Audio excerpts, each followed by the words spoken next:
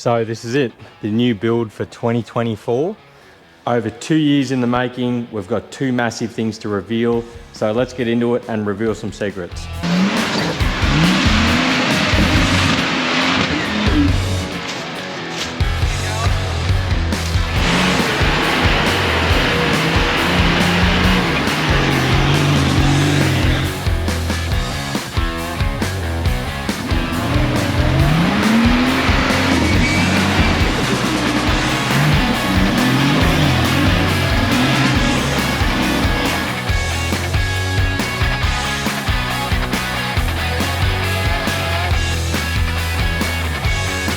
So it's no real secret that I've been wanting to build a new car. I've been alluding to it in a few videos and on Instagram and that for a fair while now. The whole idea of this shed was to be able to build my own car at my house. So this whole process of building a car and having somewhere to build the car has been in the pipeline for well and truly over 2 years now. I just wanted a spot where I could walk out my back door. All my stuff's there. I can put whatever I want in there, and seeing as I'm the only one working out of the shed, I can leave my mess or clean it up, or, it doesn't really matter, things don't move. But obviously building a shed and putting tools in it has not been cheap. I'd hate to add up what I've spent on this shed and inside this shed in the last 2 years, but it's all been working towards being able to have my own stuff here and build another car.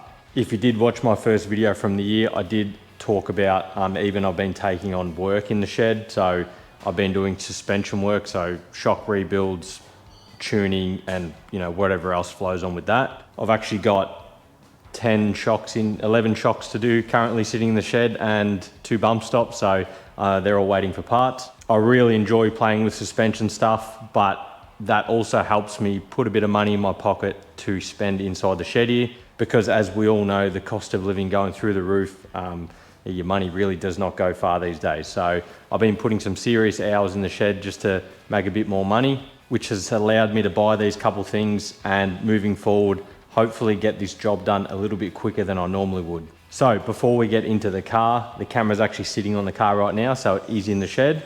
I'm going to show you another big purchase that I've just made. Now this certainly was not cheap. It put a nice big hole in the pocket, but it sort of shows the level that I want to build this car to, and without this tool I would not be able to even get close to that level. The idea behind this car is to build it to a real high level. Like, I want it to stand out amongst the rest of the builds you always see, and although this tool is going to be a massive learning curve for me, there's no real other way to learn how to use one other than buy one. So I went out and I made the purchase. So this is it. I've purchased my very own CNC plasma table.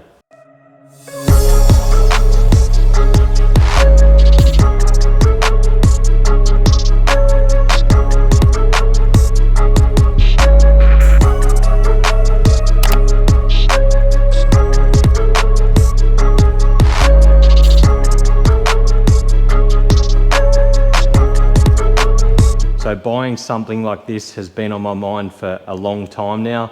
A good mate of mine, Scotty, has had one for years, and I've always seen him use it, and the things he can create with his own table was a massive deciding factor on making the purchase on something like this. It's a bit surreal having something like this in my own shed. It's going to be a huge learning curve, but it's very exciting to be able to learn something new and create stuff with this table. It come from the guys at Blue Carve down in Melbourne, so they make this all in-house in Melbourne. The table is a half sheet table, so it takes a 1200 by 1200 sheet. The dimensions of the table are around 1700 by 1500. There's 2 reasons I didn't buy a full-size table.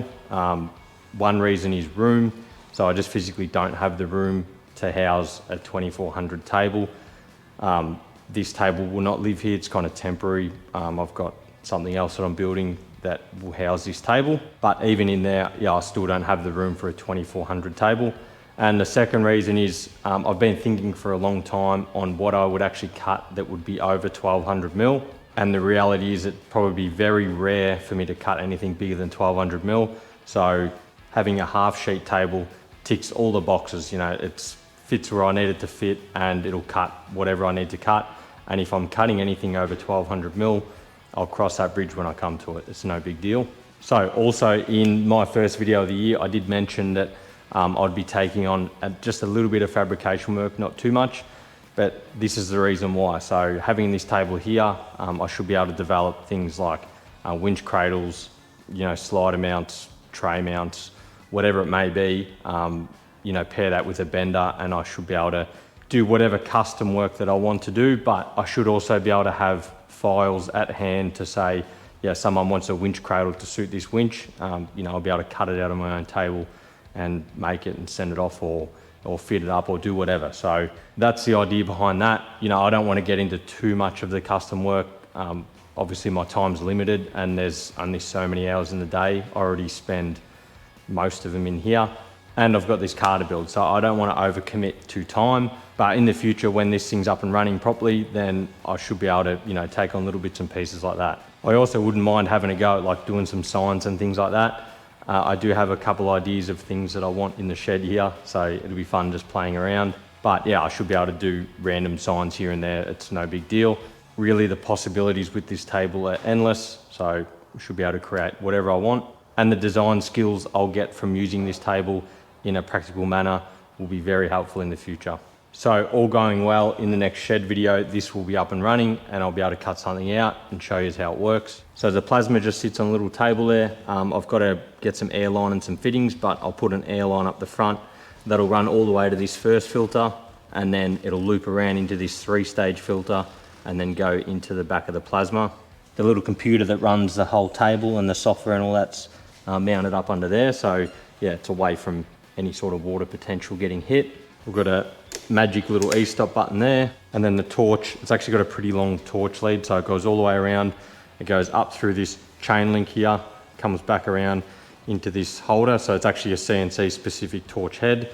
It has collision shut off in the head, so this little magnetic base, if something flicks up on the table and the torch head hits it, it'll stop the plasma table right there, so then you can fix it and then continue to cut. The table itself is functioning right now. It's only just the air lines that I need for the plasma cutter that's stopping me from using it. But yeah, I'll put some water in the bed, get this plasma working, and then we'll be able to cut out something cool. So behind this door is the new car that we're going to build. So bear with me. I will go through why I've chosen this car and the rough sort of plans without giving away too much. I know some of yous will roll your eyes when I open this door, but I know some of yous will be definitely as excited as I am. So this is it. The new build for 2024 is a 1996 GQ Patrol. Surely you all knew that was coming, but it does get better. So I'll just drag this out for you.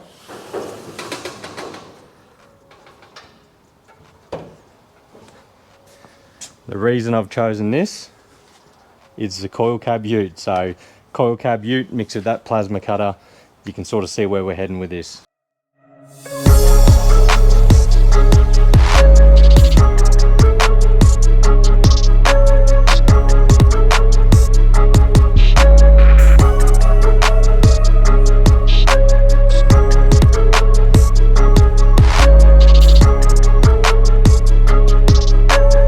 So I know there's going to be some of you that are a bit disappointed that it's a Patrol, but I'm sure there's some of you that are pumped. I'm sure people are thinking why I didn't do like an 80 series or, something different. And the reality is I fund a lot of it out of my own pocket. So if I'm going to work for the money and then invest it into a car, I want it to be exactly what I want. But this won't be your average coil cab ute. So there's massive plans for this car. And like I said, the plasma cutter is going to be put to good use on this car. I will reveal a little bit about what's happening vaguely, but I don't want to ruin the surprise on some of the stuff that's going on in this car because it is quite exciting. But there is a little bit of a story how I acquired this car. So this was actually my mate Scotty's car. I bought it off him. He had it, he had plans for it, just had a TD42 manual in it, and he had plans to just turn it into a bit of a wood car or whatever. So he owned it for a few years. He always said he'd never sell it. And over the years I said, if you're ever selling it, let me know and I'll buy it. But he always said he was never going to sell it. And one day it ended up on Marketplace and I seen it. So I rang him straight away and said, I'm keen to buy it. I only wanted to buy it as a rolling cab. So that worked out better for me. And I've actually been looking for a coil cab for years, like maybe 3 or 4 years. I've wanted to build a coil cab ute. So when this come up, and I know he had it, so I knew roughly what it was like. He's just down the road. So it ticked all the boxes. Being a 1996, it's a late model GQ, so it's got the 4-bolt engine mounts, a couple small upgrades to the chassis and that, which is what I wanted.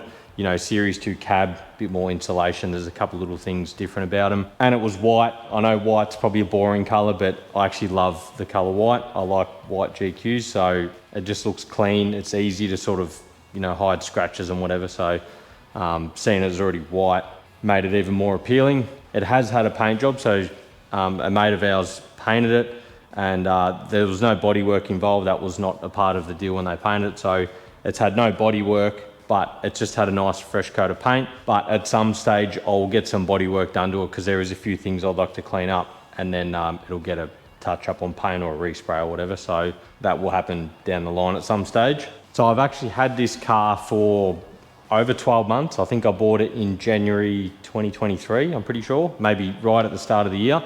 So it's just been sitting around the house. I've been trying to hide it.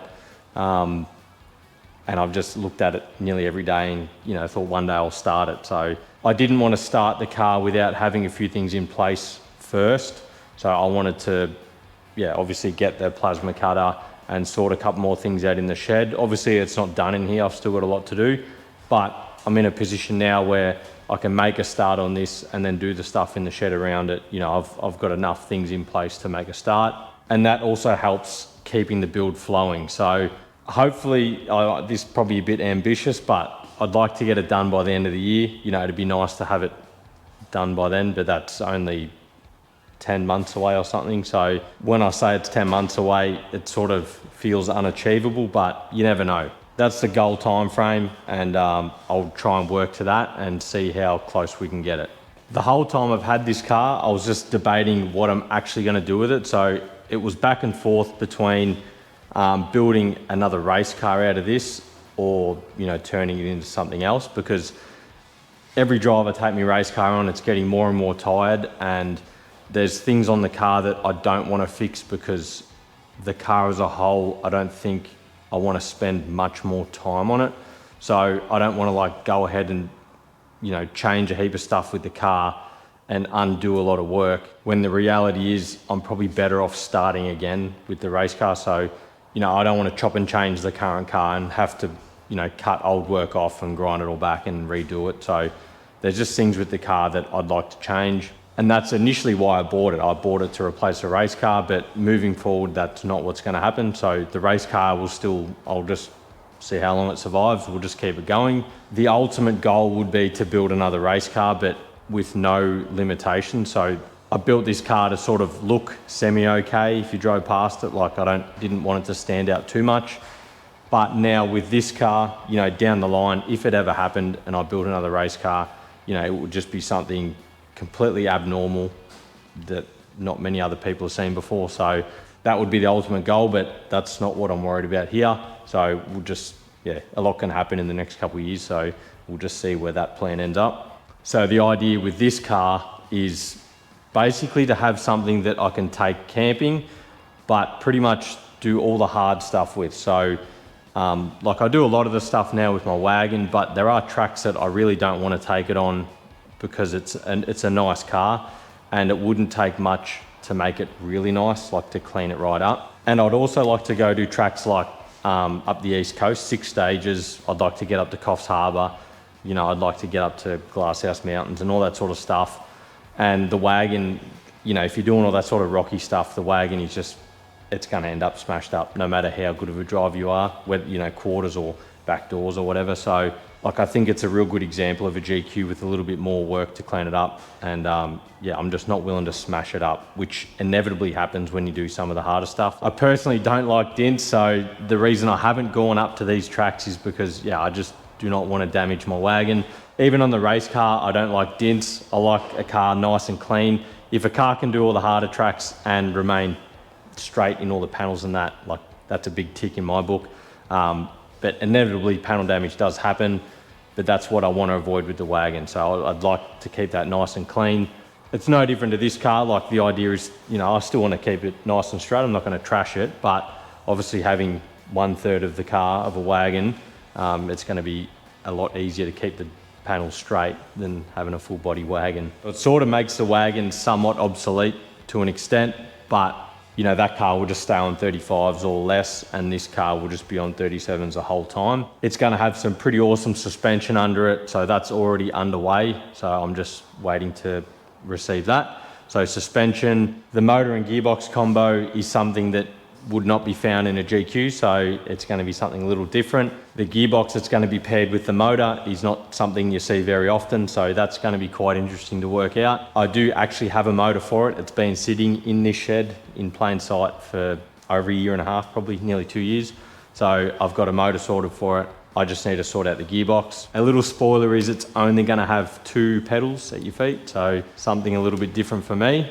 And probably the biggest upgrade is going to be the driveline. So I've got some ideas that are currently in motion. I should have one of them happening in the next few weeks. But because the driveline that's going in this car, I haven't seen before. So if it all happens here, as well as it's happening in my head, I believe that the driveline upgrades will be game changing. And then there's still one step above what the plan is with this car. So the next level above is something that I'd put in the race car. So there's a bit of developing going on there, but my plan is to sort of have the driveline available, to purchase. So stay tuned for that, because that will be big. The idea is actually hopefully to get something bigger than 37s on here at some stage, and the driveline should handle that. It would definitely be a good test for it. And like I mentioned earlier, the idea is to develop parts on this car, and then they will be available for purchase off the plasma table. So it's sort of a 2 birds, 1 stone scenario where, I can build a car exactly what I've been wanting to build for years, and then I can also develop parts to sell to you guys, which will come in handy. So I know the car probably looks pretty clean on video, but there is a couple rough bits about it. So this was all before Scotty owned it, but it's got a couple dodgy things like welded onto the back, this coil brace, the diesel filters welded on the back. There's some light surrounds and, some other dodgy stuff going on. The back wall's got a few extra holes in it. The passenger sill's punched in, and the driver sill's doesn't look that good. And it just needs a couple of repairs here and there. There's nothing major, but it's certainly not like a pristine, clean GQ ute, which is probably why I'm more than happy to do what I'm doing with it. Like if this was a prime example of a GQ ute, it'd probably hurt me to do what I'm going to do with it. But the fact that it's already somewhat been butchered, and then I'm just going to undo some of that butchering and then replace it with some quality stuff, it doesn't make me feel as bad. But because this has been on my mind for such a long time, I've had enough of a chance to plan the build. So I've got a massive list, the direction the car's going, the parts I need, the jobs I need to do. So, I'm already a couple steps ahead. So hopefully the work on this car is done efficiently. So I don't want this to drag on for like 2 years. I'd like to get in and get it done. But no matter how much planning and that you do, it all really comes down to time and money. So that will be the limiting factor. But as long as I can scrounge together enough money and put aside enough time, I think the end of the year is quite achievable. So I'm actually pretty interested. Put in the comments what you think this car is going to have on it. I don't know if many of you will guess it. But keep in mind it will be somewhat practical. That's sort of open to interpretation, but I still want to be able to camp out of this car and then take on all the hard tracks, all the way up the East Coast. I'd love to get it done and head straight back to Tassie and do the whole $1,000 track with Timmy or something. So that would be cool. And I'd love to take it north and meet up with Jesse Gleason and go do some of his local stuff. Like he's been down here 2 or 3 times now, so it'd be nice to go up there. He keeps hassling us, but I'm scared to take my wagon up there. So once he's done, I guess I have no more excuses left. But yeah, write in the comments, see if you can guess what driveline's going under it, what suspension's going under it, and what motor and gearbox combo's going in it. So pretty much the first job I'm gonna tackle is up the back. I'm gonna work out some of the suspension stuff initially. So I've got to cut all this crap off, clean it all up. There's a heap of wiring and that all back here, so that's all got to be cut off. So I'll start at the back here, sort some of this out, and then I'll probably move on to the cab. I've got to sort some of that out, and then after the cab I'll sort out the front suspension and driveline stuff. So once the whole chassis is mainly done and the cab's mainly done, then I'll drop the motor and box in, and then I'll have to work out wiring and all that sort of stuff. So it sounds easy when I talk about it, but I have obviously built that race car, and I know the process of building a car, and it's long and painful and expensive. And that's it. first of many times I'm sure this car is going to see the hoist. Some very exciting things are going to happen with this car, and I actually cannot wait. If you are as excited as I am, don't forget to go down and like the video, share it with your mates, and subscribe while you're there, because this is going to be one awesome build. And I look forward to bringing you all along the journey and showing you what it takes to essentially build a car from a bare chassis up. I hope you all enjoyed that one. Thanks for watching, and I'll catch you in a fortnight.